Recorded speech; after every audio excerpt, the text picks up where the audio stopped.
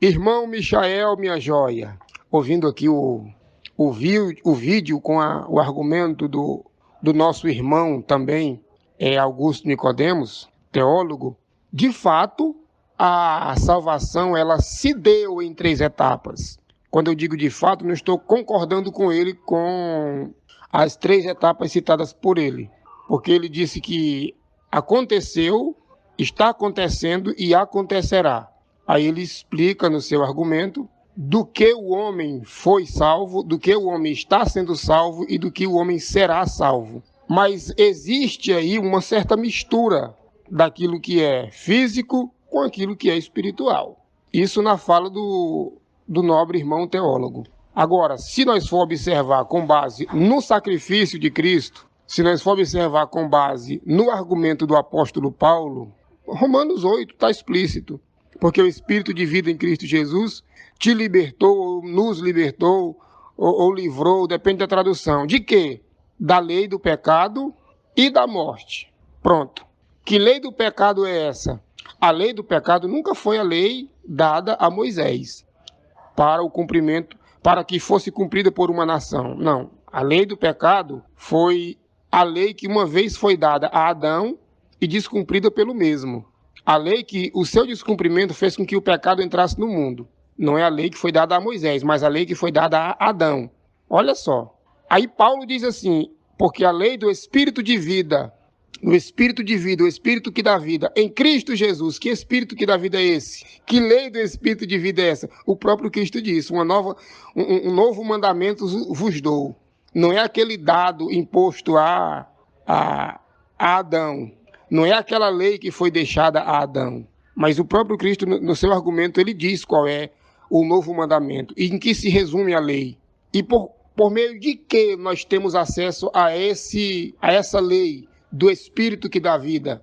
Por meio do Evangelho. O Evangelho que comunica a vida, uma vez dada por Cristo Jesus. Então vamos lá. A salvação, ela se deu na cruz. Salvação de quê? Primeiro, na cruz Cristo nos salvou da lei do pecado. Por quê? Porque ele cumpriu a lei. Aonde Adão caiu, Cristo não caiu. A lei que ele cumpriu não foi a lei dada a Moisés, não foi a lei mosaica, os 613 preceitos da lei de Moisés. A lei que Cristo veio para cumprir e por meio desse cumprimento salvar a humanidade foi a lei dada a Adão e descumprida por Adão. Certo? Por que foi necessário Cristo cumprir essa lei para livrar o homem dela? Porque nem o homem tinha condições de cumprir. Essa lei dada a Adão, imposta a Adão, foi uma lei dada a um homem perfeito, para que ele não descumprisse, se mantendo perfeito. Como Adão, sendo ele matriz, o homem perfeito, descumpriu essa lei, todos os que vieram depois de Adão nasceram imperfeitos, nasceram debaixo dessa lei. E nenhum deles tinha condição de cumprir, porque todos eram imperfeitos. Para cumprir essa lei que foi dada a Adão, o homem tinha que ser perfeito, porque ela foi dada a Adão ainda na sua perfeição. Aí Cristo veio, nascido de mulher, porém, concebido pelo Espírito, para não ser nascido do sêmen de um homem, porque senão ele nasceria debaixo dessa maldição, chamada pecado. Por isso que ele nasceu de mulher, mas nasceu perfeito, porque foi concebido pelo Espírito, não do relacionamento de um homem com a mulher. Não de forma natural, certo? Ele nasceu de forma natural, mas não foi concebido de forma natural. Foi concebido de forma espiritual.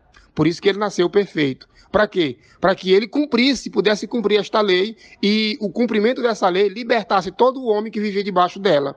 Daí se cumpre o que Paulo diz, porque a lei do Espírito de vida em Cristo Jesus, foi nele que essa lei foi cumprida. Foi nele que essa lei nos libertou. Uma coisa é de Cristo Jesus. Outra coisa é por Cristo Jesus. E o principal é em Cristo Jesus. A lei do Espírito de vida em Cristo Jesus. Foi o que aconteceu em Cristo Jesus.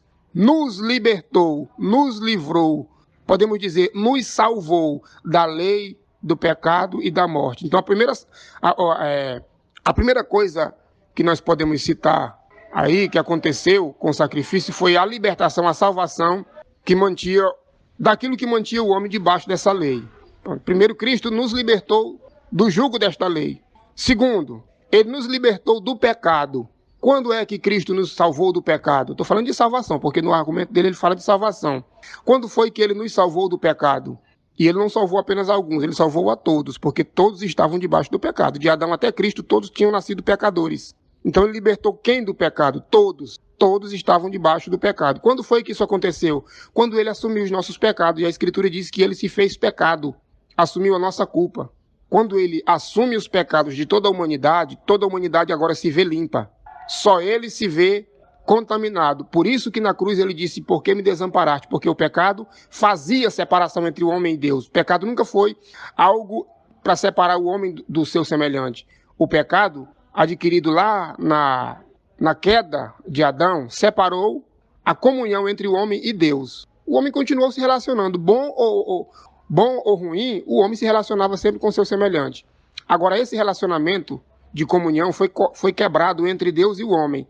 E quando Cristo assumiu os pecados da humanidade, ele religou o homem a Deus. Só ele se viu desligado, por isso que ele diz, por que me desamparaste? Essa separação ocorreu por conta do pecado que ele assumiu. E por fim, só recapitulando, primeiro ele nos salvou da condenação pela lei, nos salvou da maldição chamada pecado, da lei porque ele cumpriu a lei que foi dada a Adão e descumprida por ele.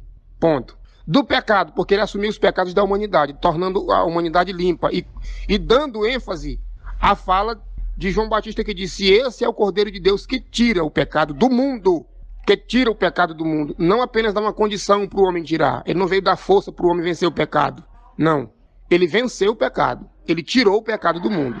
Quando ele assumiu os pecados de toda a humanidade, apenas ele se fez pecado por todos. Porque, assim como diz a Escritura, assim como por um homem entrou o pecado no mundo, pelo outro o pecado saiu. Isso é fato. Então, a salvação se deu em 3 etapas. Primeiro, ele nos salvou da condenação da lei, ele nos salvou da maldição chamada pecado, que nunca foi obras físicas, mas foi a maldição no espírito, por isso que o homem nunca conseguia se retratar diante de Deus. E, por fim, ele nos salvou da morte, que nada mais é do que a separação do Pai. O Adão descumpriu a lei, se tornou pecador. Esse pecado fez com que ele se tornasse mortal diante de Deus. Esse pecado configura morte, separação, gerou a separação entre homem e Deus. Quando Cristo venceu a lei, ele estava habilitado para vencer o pecado, para tirar o pecado. Foi lá, assumiu os pecados da humanidade, inclusive de Adão, porque de Adão até Cristo, nós não podemos afirmar que ninguém foi salvo, porque se alguém se salvou antes da cruz, Cristo morreu em vão. Todo e qualquer homem tinha condição de se salvar. Então Cristo veio para cumprir o que o homem natural jamais teria condição de cumprir. Então ele salvou o homem da condenação da lei, salvou o homem da maldição chamada pecado e salvou o homem de algo chamado morte. Por quê? Porque o pecado, essa maldição, fez com que o homem se separasse de Deus. E isso configura morte espiritual. É a separação do homem com Deus, do Criador com a sua criatura, ou da criatura com seu Criador. Deus sempre teve acesso ao homem. Deus sempre teve os seus meios de se comunicar e de falar com o homem, mas o homem perdeu esse acesso, essa comunhão. Comunhão é justamente isso que une o pai com o filho, o Criador com a criatura, ou a criatura com o Criador. Quando Adão pecou, sobre ele recaiu a maldição chamada pecado. E essa maldição chamada pecado gerou a separação da comunhão com o Pai. Que biblicamente isso configura morte espiritual.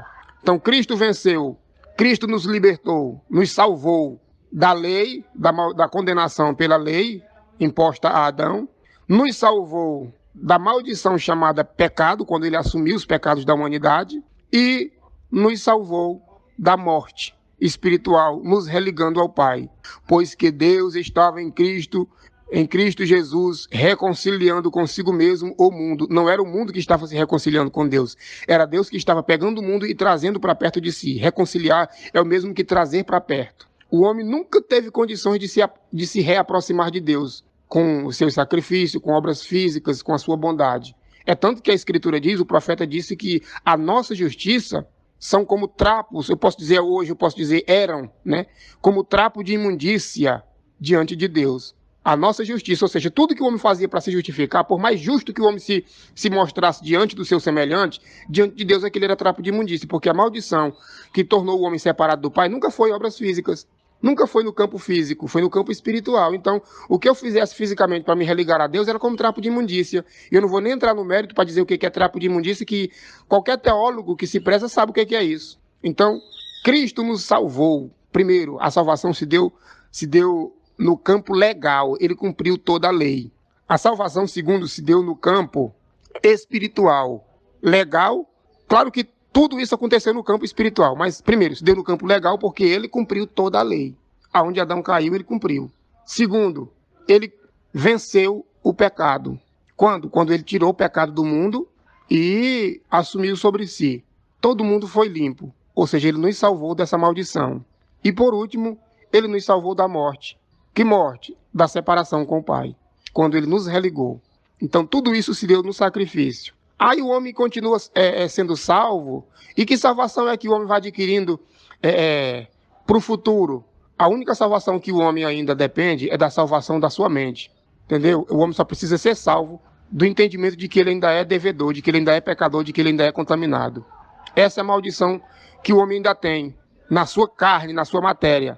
O que torna o homem carnal é ele entender que ainda é pecador, que ainda é devedor, que ainda é desligado de Deus, que precisa se religar a Deus, se reconciliar a Deus. Porque quando eu me vejo pecador, eu digo que Cristo não venceu o pecado.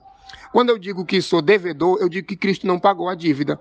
Quando eu digo que eu ainda preciso me religar a Deus, eu estou dizendo que Cristo não venceu a morte que me separava de Deus. Ou seja, quando eu me declaro pecador, devedor e desligado de Deus, eu estou invalidando a obra de Cristo, que foi feita justamente para que tudo isso se tornasse possível. Hoje eu sou salvo da condenação pela lei imposta a Adão. Hoje eu sou salvo da maldição chamada pecado, que foi a consequência desse descumprimento, e sou salvo da morte, que foi a separação ocasionada pelo pecado, lá na cruz, ocasionado lá no Éden. Agora, hoje, fisicamente falando, literalmente falando, o mau comportamento de uma sociedade, de um ser humano, de uma pessoa para com o mau comportamento do ser humano hoje se traduz por pecado, não pecado diante de Deus, mas pecado diante daquele que está sendo atingido. Tipo, se é me imposta uma lei municipal ou estadual ou nacional, e essa lei é descumprida, eu estou pecando em descumprir esta lei. Pecando contra quem? Contra Deus? Não. Contra o meu município, contra o meu estado ou contra o meu país. Se a minha atitude agride psicologicamente ou verbalmente ou fisicamente o meu semelhante, eu estou pecando contra Deus? Não. Estou pecando contra o meu semelhante. As obras físicas, elas receberam essa atribuição de pecado, mas não contra Deus. Contra o semelhante, contra o próximo. Contra Deus, o que era atribuído como pecado foi vencido por Cristo lá na cruz.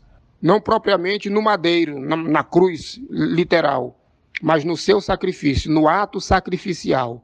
No ato sacrificial de Cristo, que aconteceu fisicamente apenas para mostrar o que de fato ele estava fazendo espiritualmente, nesse ato é que a humanidade foi beneficiada.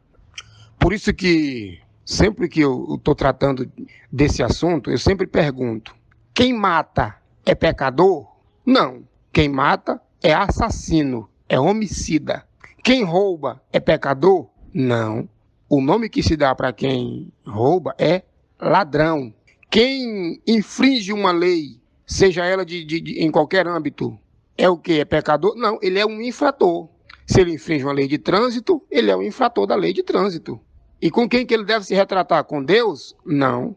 Com quem que ele deve se retratar? Com a sociedade e com o órgão competente que regula e fiscaliza essas leis. Para quê? Para que sobre ele não recaia a punição pelo descumprimento daquela lei. Entendeu? Então, aquilo que nos afastava, que fez com que aquilo que afastou o homem de Deus e fez com que todos nascessem afastados, separados, foi resolvido por Cristo na cruz. Tudo que o homem comete nessa vida, nesse plano, nessa matéria, nesse plano físico e literal, ele precisa consertar nesse plano físico e literal. Porque no plano espiritual, a competência, o mérito foi dado todo e deve ser dado, reconhecido todo a Cristo. Nenhum homem teve e nem tem e nem terá o poder de religar outro homem ou a si mesmo a Deus. O mérito desta obra é dado e deve ser reconhecida unicamente a Cristo. Ninguém vem ao Pai a não ser por mim. Ele foi o mediador. Ele foi o mediador. Para o homem passar e ter acesso ao Pai, tinha que passar por intermédio, ou seja, tinha que ter um mediador. Quem foi esse mediador? Cristo. Daí nós entendemos o Efésios 2:8. Porque pela graça, o favor, né? Porque pela graça vocês são salvos. Isso é Paulo dizendo. Pela graça vocês são salvos. Não foram e nem serão. São.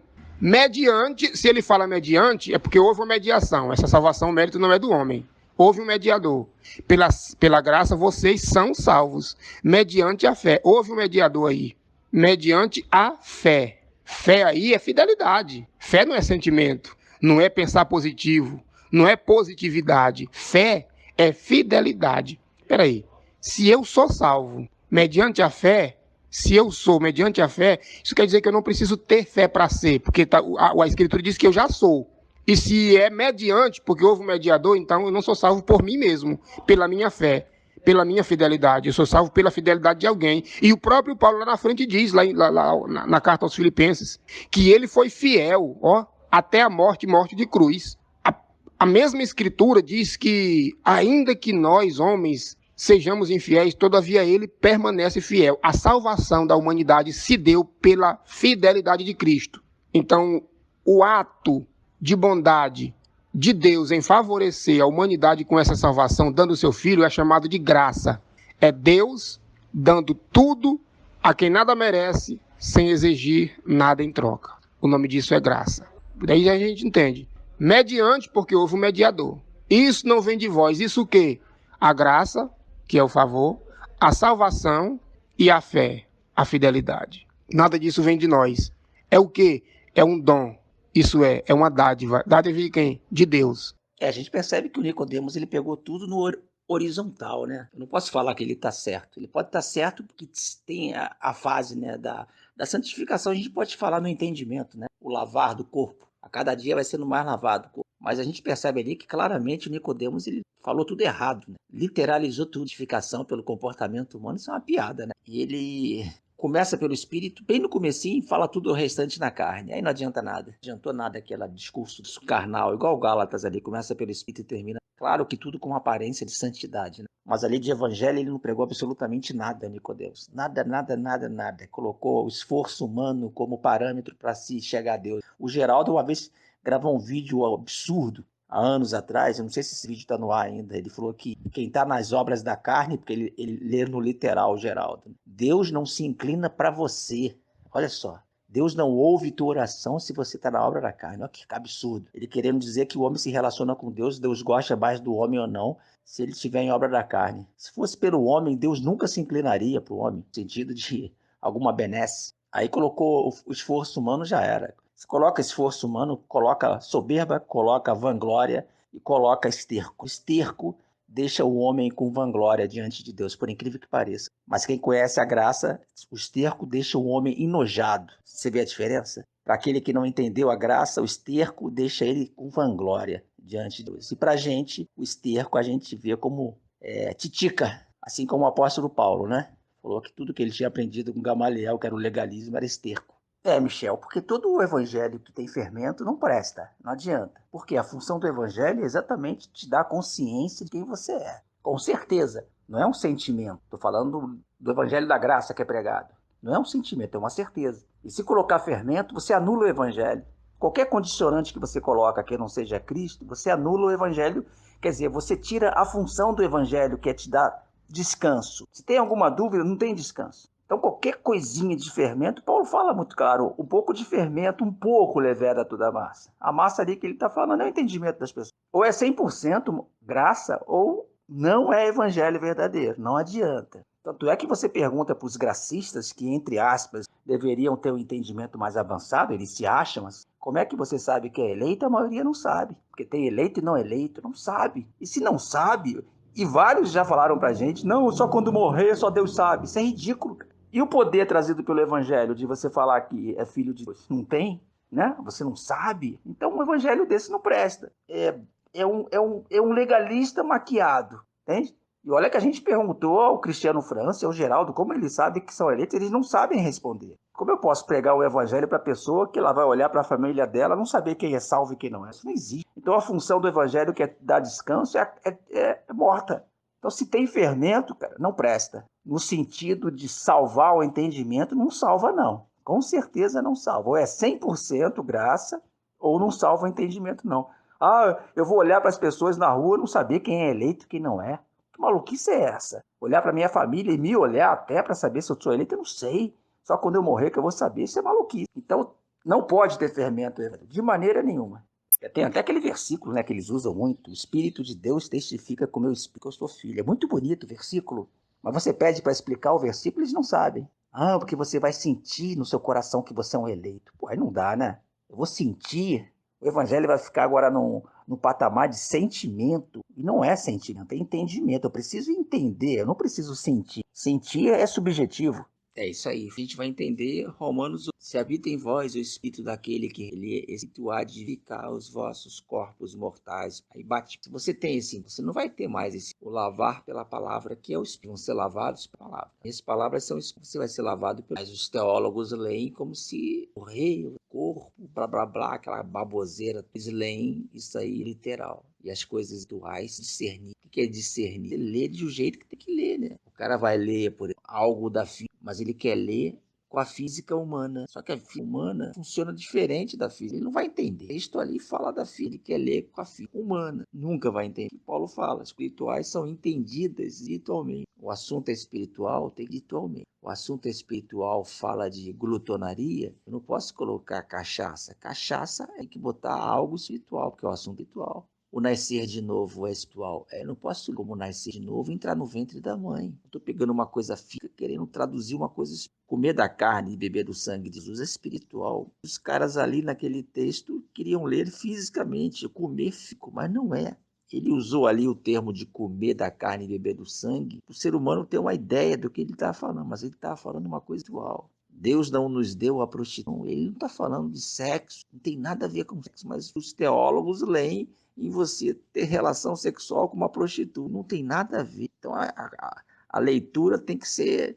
Qual o contexto? O contexto espiritual? Então eu tenho que fazer a exegese hermenêutica no contexto espiritual, não no contexto literal. Porque eu não posso falar muito agora, mas a questão é essa. Se o cara ele é condenado porque é gay, porque é ladrão, eu tenho que ser condenado também. E outra coisa, a graça, o entendimento da graça não é mais ou menos. É 100% uma coisa ou outra, não tem mais ou menos, não tem subjetividade. E é um fato que eu estou falando, não se pode negar isso. Que se o cara que não paga imposto, ele vai ser condenado, o cachaceiro vai ser condenado. Vamos tirar a prostituição e o gay, né? Vamos botar uma coisa mais leve, porque ali em Gálatas fala uma coisa mais leve. Eu tô condenado e a minha família também está condenada. Não tem para onde correr. Se eu julgar alguém que vai perder a salvação porque transgride a lei, eu tenho que me condenar. Eu tenho que olhar para o espelho e falar assim, eu estou ferrado então. Como que eu posso usar uma coisa para condenação do próximo e não me condenar pela mesma coisa? Isso não tem saída. O Marli vai no espelho lá e pergunta para você no espelho, Marli, se a salvação for pelo cumprimento da lei, eu me salvo? Pergunta no espelho. Olha nos seus olhos e pergunta se você se salva, se a salvação for pela lei. Pergunta lá no espelho, vai. Depois você vem aqui e me diga o que você se respondeu. Deu. E sem contar outra coisa, a gente não sabe o que levou a pessoa a ser gay, o que ela passou na vida dela. São tantas coisas que a gente nem sabe. Então, ainda bem que o gay não é condenado e nem Hitler, porque senão eu seria. Eu teria que me condenar, cara, mas é tão óbvio isso, é tão óbvio. E segundo, a salvação não é pela lei, nem se eu cumprisse a lei 100%, porque não é pela lei. Porque se fosse pela lei, Jesus não teria vindo. Está lá escrito em Gênesis que viria o justificador. A lei não veio para salvar ninguém. Então, se a lei não salva ninguém, como que eu posso me basear na lei, caramba? A gente precisa ser honesto. Pela lei, vamos supor que pela lei fosse a salvação. Pela lei, mesmo assim, ninguém se salvaria. A gente tem que ser honesto com a gente mesmo. As pessoas focam muito na prostituição, no gay. Não, lá em Gálatas fala mentira, facção, embriaguez, glutonaria, iras, contendas. Ninguém fala nisso, né? Só fala no adultério. O pessoal só fala no sexo. Como se ninguém gostasse de sexo, né? Ninguém pensasse. Eu vou repetir aqui, pela lei. É por isso que eu falo. A gente tem que ser honesto. Nós temos que usar o cérebro também. Temos que ser honestos. Pela lei, ninguém, absolutamente ninguém, se salvaria. Isto é um honesto. Ah, não? É. E agora? Eu posso roubar e matar? Se você roubar, tu vai preso, ora bolas. O negro se roubar, ele volta a ser escravo. O negro gay volta a ser escravo porque é gay? Não, ninguém não volta, né? Ele vai ser um homem livre gay. Se ele roubar, ele vai ser preso, vai ser um presidiário livre. Vai lá no presídio agora e chama o preso negro de escravo, de macaco, para ver o que acontece com você. Você vai preso. Se você xingar um ladrão negro de escravo ou de macaco, você vai preso.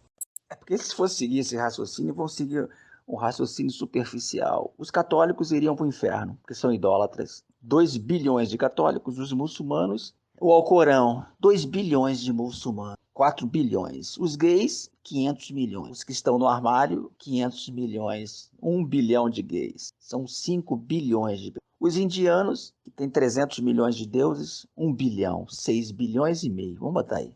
E os que não creem, mais 1 bilhão, 7 bilhões e meio de pessoas no inferno. Só agora. Agora, de Jesus até agora, vamos botar 30 bilhões de inferno. Olha que maravilha, Jesus morreu na cruz, 30 bilhões vão para o inferno e só os crentes vão para o céu. Vamos botar 300 milhões. 300 milhões tá bom, né? Seria meio esquisito, sem sentido, né? Aí quando você pergunta os que creem, em qual Jesus? Qual Jesus que eu tenho que... O que o Silas fala, o que o R.R. Soares fala, os Mormons falam, o que o Advent... Qual Jesus? Aí pronto, aí complica mais ainda, né?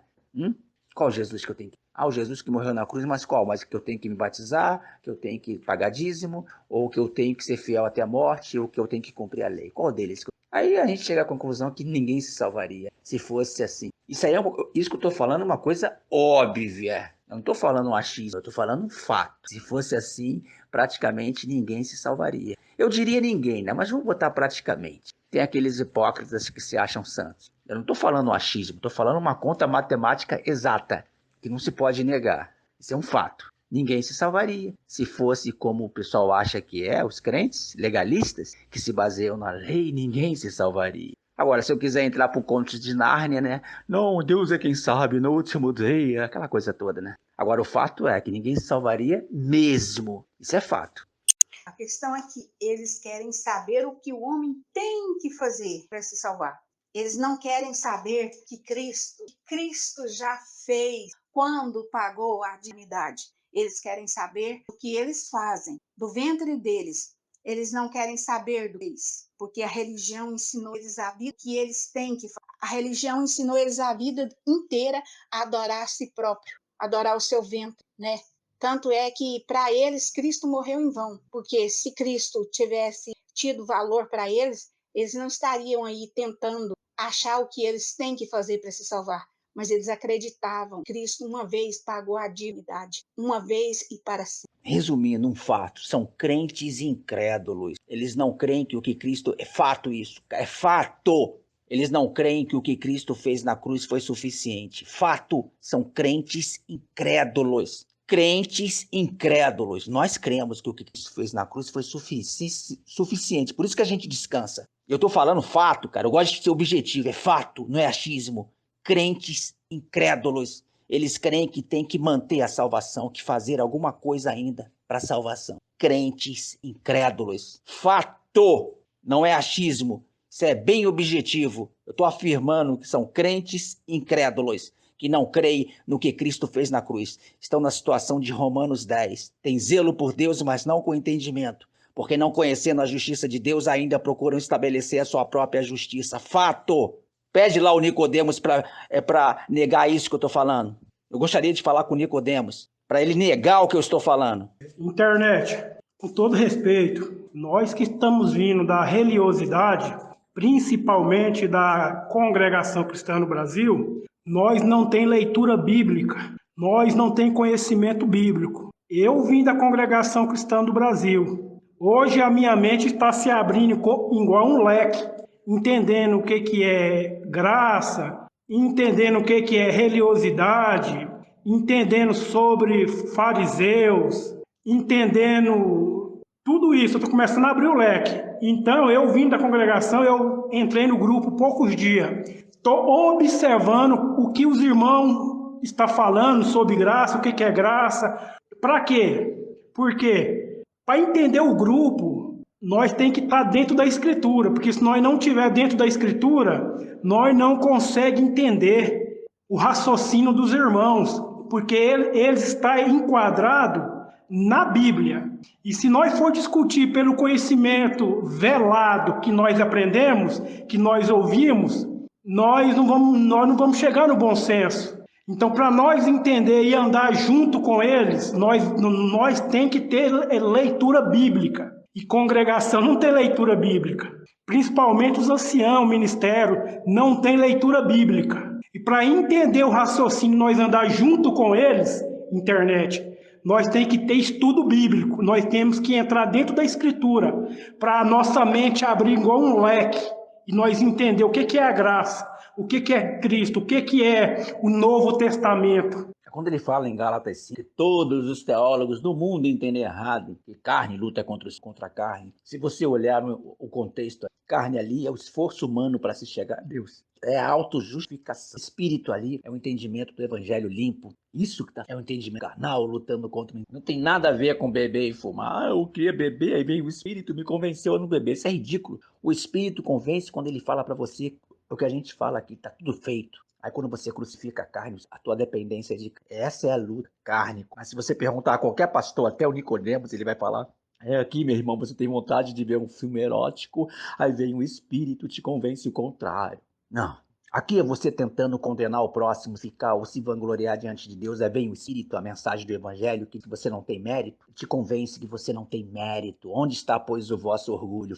O homem não tem orgulho. E quem faz o homem não ter orgulho? É o espírito, a palavra do evangelho, que te convence. Como crerão se não há quem pregue? A pessoa vai falar, mas o entendimento muda o comportamento. Claro que muda. Eu nunca mais vou tentar me justificar e nem condenar o próximo pela lei. Vai mudar completamente o meu entendimento. Eu nunca mais vou me prostituir diante de Deus. Tentar pagar o preço que já foi pago. Nunca mais. Eu vou saber que é tudo pelo amor ágape, de graça. Eu nunca mais vou tentar barganhar com Deus. Aí sim, mudou meu comportamento, mudou o meu posicionamento. Aqui no grupo, é impensável alguém condenar alguém. É impossível, porque teve a metanoia.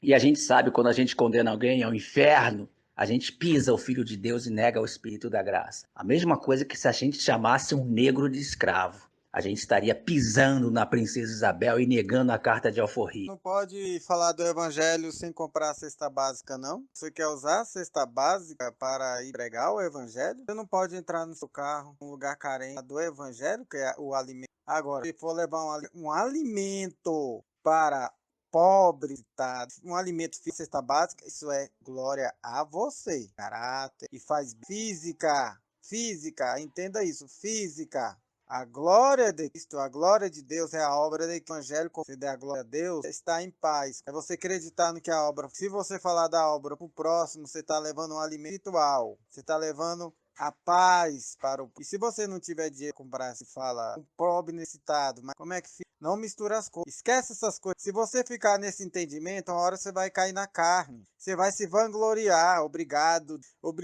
Deus, por levar e falar de você não estava dando obrigado por renda. Você quer falar do alimento, quer dar a cesta básica, que se refere a Deus. Quando você vai colocar Deus, a cesta básica de Deus é falar do é o alimento ritual. É o alimento mais rico na vida. Irmão, tem liberdade para isso. Ninguém está falando para não fazer obra. Só não use dessa liberdade para dar ocasião à carne. O que é dar ocasião à carne? Que Deus vai ficar mais feliz com você ou menos feliz. Ou vice-versa, se você praticar qualquer ato contrário. Se você faz qualquer coisa errada, Deus se entristeceu comigo. Você está dando ocasião à carne, entendeu? É como assim barganha? Se você oferecer R$100 para ter sexo com a sua esposa, não vai ser barganha, não? O que é isso? A esposa não tem que fazer sexo de graça quando ela está com vontade de graça porque te ama? Oferece dinheiro para sua esposa. Aí, meu amor, R$1.000 para você fazer sexo. Isso é o quê? Barganha. Agora eu vou dar R$ 2.000 hoje. Hoje, meu amor, eu vou te pagar R$ 2.000 porque eu quero o serviço completo. O que vai estar acontecendo? O que se manifesta aí? O amor? Não. O que se manifesta aí? A prostituição. É a prostituição que se manifesta. Exatamente o que acontece com o crente ali, aconteceu em Gálatas 5. Quando você tenta se justificar pela lei, você está pagando algo que é de graça. O que se manifesta? A prostituição. O que se manifesta? O adultério. É isso que Paulo fala ali. E o evangelho vem tirar a pessoa da prostituição. Eu, quando condeno alguém ao inferno, eu estou na prostituição. Isso é triste, né? Diante de Deus. O que é uma prostituição horizontal diante da prostituição espiritual? Não é nada. É o cisco contra a trave. Toda vez que eu condeno alguém ao inferno, eu estou na prostituição. Sim, a gratidão a Deus é o quê? Eu adoro a Deus ali, eu sirvo a Deus, eu adoro a Deus, depende da tradução. Botar eu servir no caso dele. Eu sirvo a Deus me vangloriando em Cristo e não confiando em nada na carne. Se quer adorar a Deus, crucifica a carne. Quer adorar a Deus, ama o próximo, veja o próximo limpo. Quer adorar a Deus, morra no carnal. Você quer adorar a Deus, descanse. Isto é adorar a Deus em espírito e em verdade. Por isso que ele falou que é uma boa notícia, descanse. Claro que você vai querer pregar o evangelho, é óbvio. Mas você quer adorar a Deus, relaxa no feito dele. É simples assim. O evangelho não é um homem fazendo. O evangelho é um homem dependendo. Isto é evangelho. Quando você sai da dependência, você entra na carne, no esforço próprio. Quer adorar a Deus? Veja o próximo salvo. Quer adorar a Deus? Veja a justiça de Deus no próximo, perdão, seja lá quem for o próximo, porque agora você está baseado em Cristo, não está mais baseado no fazer do próximo. Quer adorar a Deus? Se veja salvo. Pronto, que coisa boa, né? Mas só isso, só isso. E vai pregar o evangelho sem fermento, vai libertar a mente das pessoas, assim como José falou que vai fazer. Só que vai ser uma batalha, né? Porque ter que ouvir esses argumentos do crente não é fácil não. Só a argumentação cretina. Tudo bem, né? Ignorância. Mas é uma coisa que cansa. Cansa esse tipo de argumentações cretinas.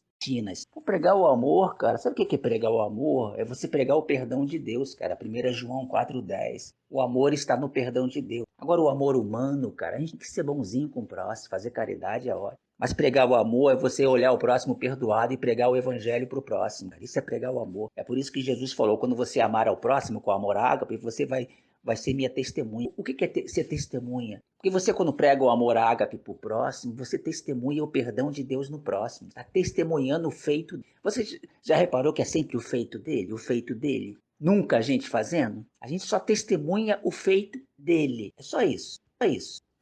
A questão é como que um ser humano, vamos analisar friamente, um ser humano poderia ter paz se fosse do jeito que um crente prega, que é variado, né? Depende da igreja. Aquele Portas dos Fundos fez um vídeo interessante sobre isso. O cara estava orando lá, apareceu um Jesus da Deus e Amor, depois um Jesus da Universal, e por aí vai.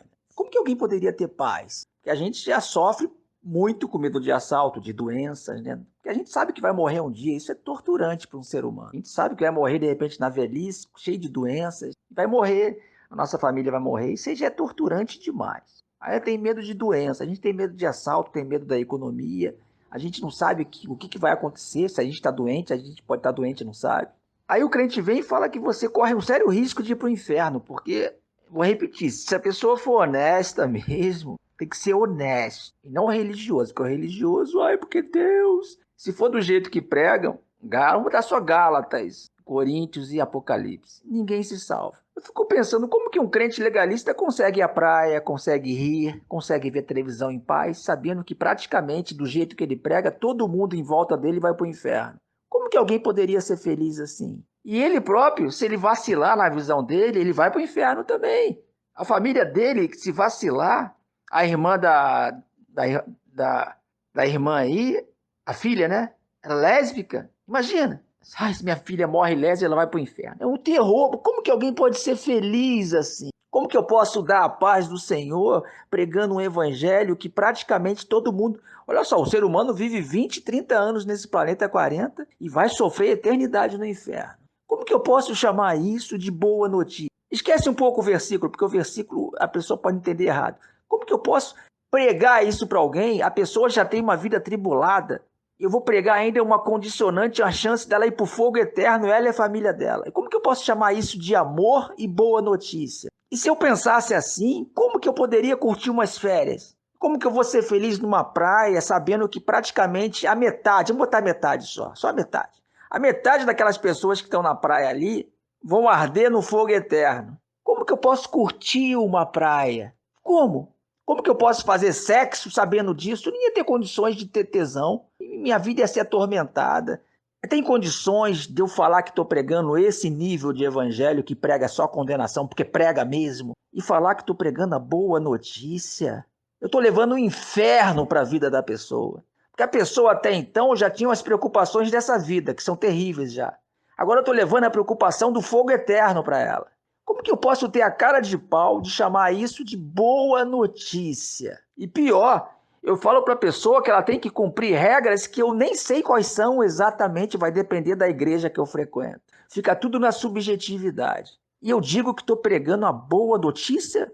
Se a pessoa analisar bem, não precisa analisar bem, só um pouquinho. Ela está pregando o pior nível de terrorismo. Porque se você chega lá na Rússia, se você for contra o governo, eles vão te matam. Bin Laden te matava, Hitler jogava na fornalha. O crente não prega que você vai fogo eterno. Eu quero saber aonde que está a boa notícia aí.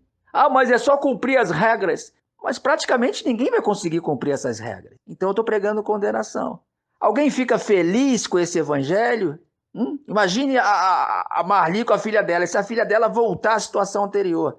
Imagine você saber que a tua filha foi para o fogo eterno. A Marli poderia descansar com isso? Aí ela vai ter que vigiar o tempo todo se a filha dela volta àquela situação ou não, imagina. Se a filha dela voltar na cabeça da filha dela, porque o pastor pregou isso para ela, a filha dela vai sofrer no fogo eterno. Como que isso pode trazer paz a alguém? Alguém pode me explicar aonde que está a paz aí?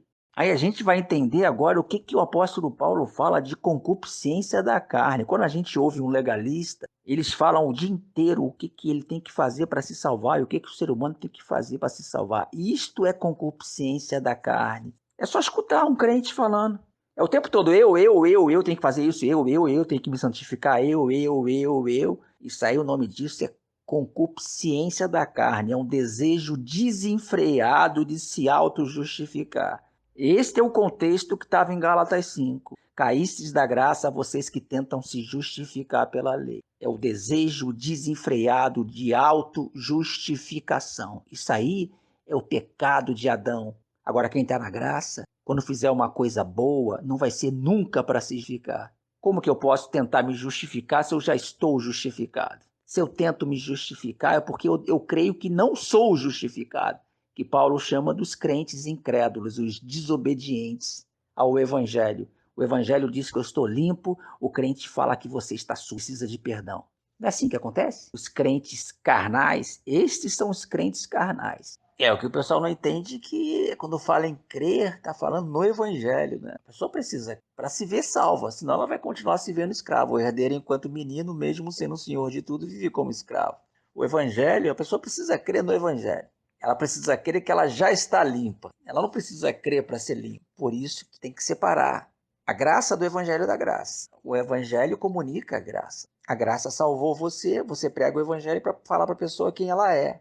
Aí precisa crer. Só que eles acham que tem que crer para ser salvo diante de Deus. Não, você já está salvo. O evangelho me comunica isso, aí eu creio. Aí eu reino em vida, na vida zoé. Enquanto eu não creio no evangelho, eu continuo me vendo pecador, escravo, sujo, tendo que trabalhar muito para me salvar. É assim que acontece? Eles estão trabalhando e quem crê está descansando. 1 Timóteo 4,10, ele é o salvador de todos os homens, especialmente os que creem. Então a gente vai na classe executiva da viagem, comendo do bom e do melhor, com as aeromoças servindo a gente na viagem, e eles vão lá na classe econômica, apertadinho, comendo só aquela comidinha de classe econômica. Fazer o quê, né? O crente legalista, ele ora assim por quê? Ele está falando roubadores, adúlteros, né? Tudo transgressores da lei. Então ele está se baseando na lei. Aí ele fala, graças te dou. Quer dizer, um crente cara de pau, né? Porque se for pela lei, ele não se salva. Eu não sou como aquele ali. Está se baseando na lei. Agora quem está na graça, fala assim, graças te dou, Senhor. Porque eu sou como Hitler. Imagina, Diante de ti, eu sou como Hitler, limpo. Estou limpinho igual Hitler. Aí a gente chega à conclusão que se Hitler está limpo diante de Deus por causa de Cristo, nós também estamos. Olha que maravilha. Agora, se Hitler morreu sujo diante de Deus por causa da lei, eu estou ferrado também. Esse é o raciocínio que não tem para onde correr. Se Hitler foi condenado, ele foi condenado porque ele transgrediu a lei. Então ele foi condenado pela lei. Se ele foi condenado pela lei, eu vou ter que ser julgado pela lei também. Então eu estou ferrado. Agora, se Hitler foi salvo, ele foi salvo por causa de Cristo. Esse é o entendimento do Evangelho. Então, se ele foi salvo por causa de Cristo, eu também sou salvo por causa de Cristo. Aí sim é boa notícia. Agora, a pessoa se achar salva pela lei, como é que pode? Como é que pode um hipócrita desse se achar apto para ir para o céu porque cumpre a lei? Como é que pode? Eu só posso chamar de hipócrita, de sepulcro caiado, de fariseu,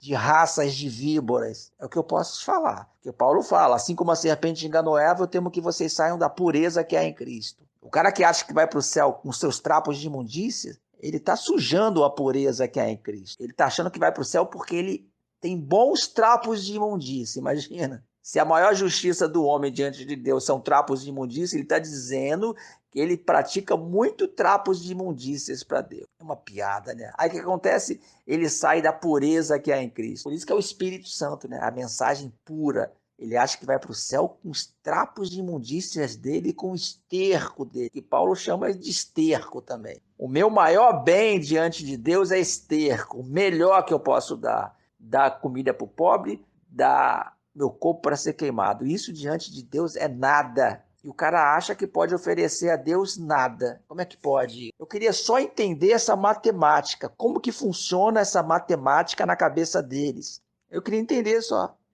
É por isso que em Coríntios fala, né? O entendimento deles ficou cego, porque toda vez que é lida a velha aliança, o véu é colocado. Exatamente. Ali, por exemplo, eu tenho que parar de falar essa palavra exatamente, o saco. Ali, quem está na graça fala assim, a oração de quem está na graça é exatamente essa. Graças te dou, Senhor, como está ali. Aí estaria correto. Graças te dou, Senhor, porque eu sou como aquele. Porque a graça é equidade, igualdade. O legalista nunca pode fazer essa oração, graças te dou, Senhor, porque eu não sou como aquele. Tem que orar, graças me dou, Senhor, porque eu não sou como aquele. Porque é pelo esforço dele que ele não faz as coisas que aquele ali faz. Então é graças para ele próprio. Por isso que o Deus deles é o ventre. Essa oração ali é graças te dou, Senhor, porque eu sou como aquele ali. Eu sou como aquele, por causa de Cristo. Que a graça coloca o ser humano em pé de igualdade diante de Deus por causa de Cristo. Então a oração de um legalista é graças me dou, Senhor. Por isso que fala que obra da carne é glutonaria, porque eles alimentam seu próprio ventre. O Deus deles é o ventre. Isso é fato. É só escutar um legalista abrir a boca. É só eu me santifico, é eu pra lá, é o samba do eu doido. É o tempo todo eu, e ele vai pro inferno, e eu faço, eu sou isso, eu sou aquilo, eu me santifico, eu. Não é assim? Porque o Deus deles é o ventre. Eles são glutões de si próprios. Obra da carne, glutonaria. É exatamente aí, José. Você recebeu realmente uma boa notícia, que é uma boa notícia, não é? Agora os outros não. Ficam, mais. Mais isso aqui, mais e aquilo ali. Mais.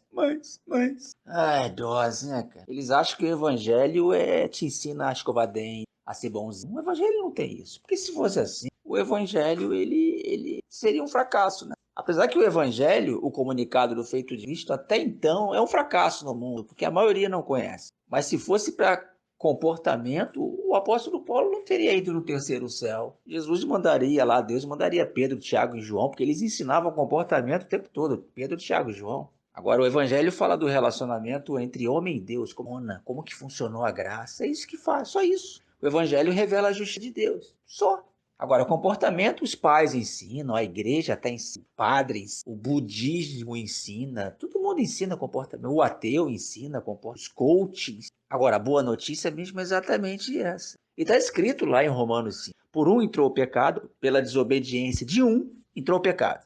Não foi a desobediência de todos, foi de um. Senão falaria ali, ó, pela desobediência de um, aí depois os outros pecaram porque foram desobedientes. Não. Eles já nasciam no pecado, não precisavam fazer nada. O cara podia ser um completo aleijado, não ter nem cérebro, nascer igual um chuchu, sabe? Os caras que nascem completamente atrofiados de cérebro, um chuchu. Antes da cruz ele estava no pecado, ele não precisava fazer nada. Por que ele estava no pecado?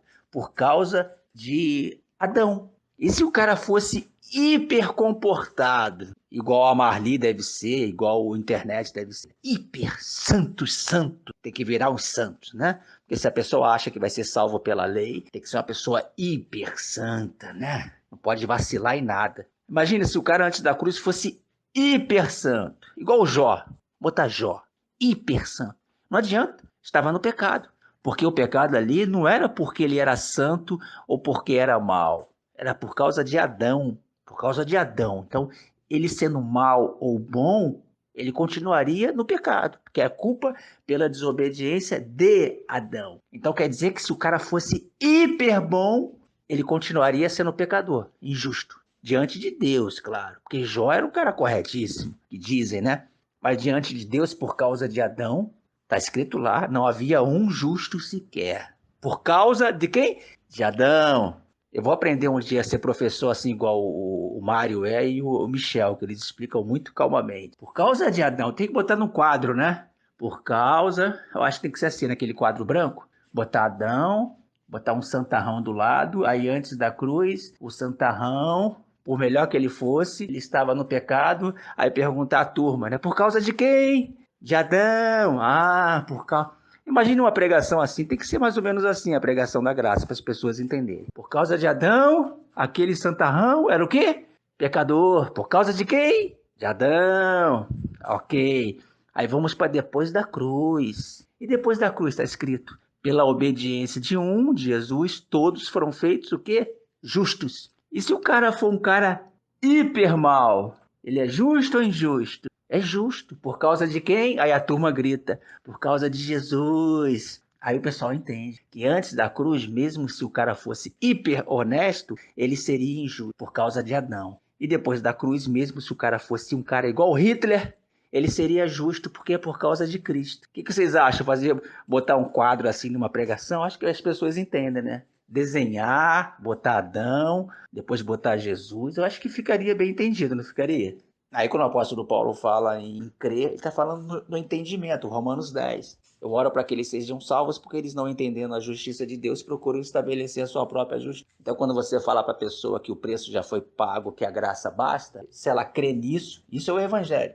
Ela não vai tentar pagar o preço mais. É quando o vagabundo do pastor falar que você tem que se santificar para Deus, você vai gritar lá no meio da igreja, opa, peraí, isso é mentira. Eu já estou santo por causa de Cristo, entende? É, exatamente. O reino de Deus é o quê? Justiça, paz, alegria no isso. Você entender que você está justo diante de Deus e tem paz diante de Deus. Herdar o reino é isso, você tomar posse, você entrar no reino. Por que o apóstolo Paulo fala em Gálatas que aquelas pessoas não vão herdar o reino? Porque está falando de um legalista. É só você perguntar a qualquer crente, você se vê em paz com Deus? Eles vão falar que não. Você se vê salvo? Não. Você se vê pecador? Sim. Então é porque não estão herdando o reino. Não estão tomando posse da herança do reino. Agora, quando você está baseado em Cristo, você pergunta, você é salvo? Sim. Você está em paz com Deus? Claro que eu estou. Você já foi justificado? Claro, eu nasci justificado por causa de Cristo. E isto é herdar o reino. E quem está debaixo da lei não herda o reino, é óbvio. É só perguntar a qualquer crente. Você tem pecado? Você já está salvo? Você está limpo? Eles vão falar que tem pecado, estão sujos e estão se santificando para Deus, porque não herdaram o reino. Isso é herdar o reino. A gente pode falar que se você está na carne, você prostitui. Se você está no amor, você não prostitui. Coisa óbvia. No sentido espiritual. Se você se chega a Deus pelos seus méritos, você prostitui. Se você se chega a Deus por Cristo ou pelo amor, que é o perdão, você não prostitui. Se você está na carne, você adultera. Se você está no espírito, que é no amor, na graça, você não adultera. Pô, coisa óbvia, né? O que Paulo chama lá em em Romanos 7,4? O adultério. Quando você mistura lei com graça, ou seja, o fazer do homem com o fazer de adultério. Se você está no feito de Cristo 100%, você não adultera.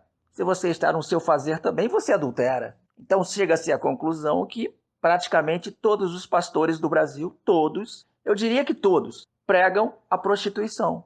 Todos os pastores pregam o adultério. Todos os pastores pregam o pecado. É por isso que quando você vai numa igreja, é como se você estivesse indo numa churrascaria. Você vai alimentar a tua carne, o seu fazer, o seu mérito, porque é o que se prega lá. E a comida que dá é essa, o fazer do homem. Então você sai de lá cheio, com o bucho cheio, com o ventre alimentado, com o seu Deus, que é o ventre, alimentadíssimo, sai satisfeito, cheio de carnalidade. Só que você aprendeu na igreja como se prostituir, como adulterar e como pecar. Não tem para onde correr. Se o pastor prega que você tem que fazer alguma coisa para agradar a Deus ou para se salvar, está pregando que você tem que pagar o preço que já foi pago. Isso é prostituição, adultério, é mentira, é fornicação, não fornique, ali é porneia. Então os pastores pregam exatamente isto nas igrejas. E as pessoas saem com o bucho cheio, com a carne, né, com esforço dela própria, com ego, falando que cheio de orgulho, né? Cheio do esforço próprio, todas orgulhosas. É por isso que Paulo em Coríntios fala, por que vocês estão tão orgulhosos? Ali o assunto é evangelho. Por que vocês estão tão orgulhosos diante de... Porque quando a pessoa condena o outro ao inferno, ela está orgulhosa. Se ela se vê salva e o outro condenado, ela está orgulhosa, igual o fariseu. Eu não sou como aquele ali, Senhor, graças, porque está orgulhoso. Por quê? Porque tem obra da carne aí, tem obra da lei aí. É claro que tem obra da lei. Agora, quando você está em Cristo, você não tem orgulho diante de Deus? Eu vou ter orgulho de quê? Eu dou todo o crédito a Cristo, não tenho crédito nenhum, vou ter orgulho de quê? Aí Paulo chega em Coríntios e vê o pessoal lá, por que vocês estão tão orgulhosos? Vocês não sabem que um pouco de fermento leveda toda a massa? O homem não tem que se orgulhar. Se ele não tem que se orgulhar, ele tem que olhar para o próximo limpo também. Puxa, é óbvio. Mas é tão claro isso. Como que eu posso olhar para o próximo condenado e me ver salvo, cara? Isso aí... Essa matemática não fecha. Eu condeno o próximo e me vejo salvo? Como assim? É um paradoxo isso, é uma contradição. O cérebro humano não deveria computar isso, que funde a cabeça. Eu vejo o próximo condenado e me vejo salvo. Se eu vejo ele condenado, é porque eu estou baseado na lei. Como que eu posso me ver salvo pela lei? Isso não tem sentido. É por isso que o apóstolo Paulo falou, quem vos enfeitiçou? Chamou os Gálatas de enlouquecidos, embriagados, porque parece que o cara está bêbado. Ele tem uma linha de raciocínio completamente insana essa. Aí o Paulo falou, quem vos enfeitiçou? Parece que estão enfeitiçados, né? Eu condeno o próximo pela lei e me vejo salvo. Isso aí, um cérebro humano não deveria aceitar isso. Essa tamanha contradição, não é?